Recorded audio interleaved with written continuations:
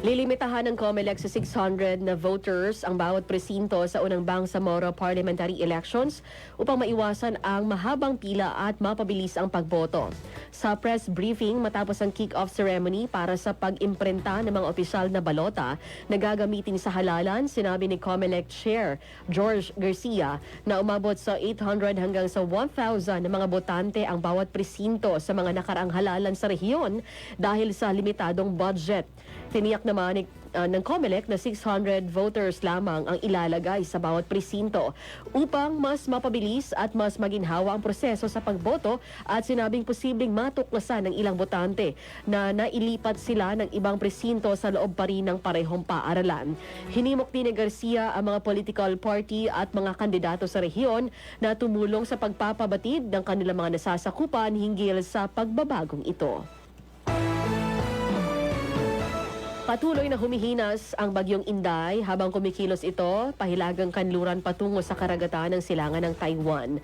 Ayon sa pinakahuling ulat, nasa layong 570 km silangan ng Itbayat sa Batanes ang sentro ng bagyo. Taglay ito ng lakas ng hangin umabot sa 140 km bawat oras na malapit sa sentro at pagbugsong hanggang 170 km bawat oras. Kumikilos ang bagyo sa pahilagang kanluran sa bilis na 20 km bawat oras habang umabot naman sa 860 km ang sentro ng lawak na malalakas na hangin dito.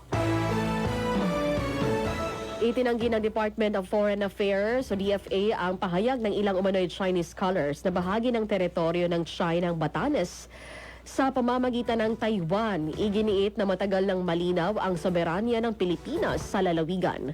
Ayon sa DFA, ang soberanya ng Pilipinas sa Batanes ay settled and not up for debate at hindi papayagan ng bansa ang anumang pagtangkang baguhin ang kasaysayan o teritorial na usapin.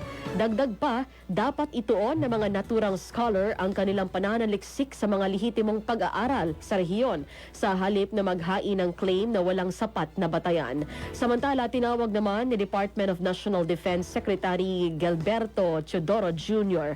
ang naturang pahayag bilang disinformation narratives.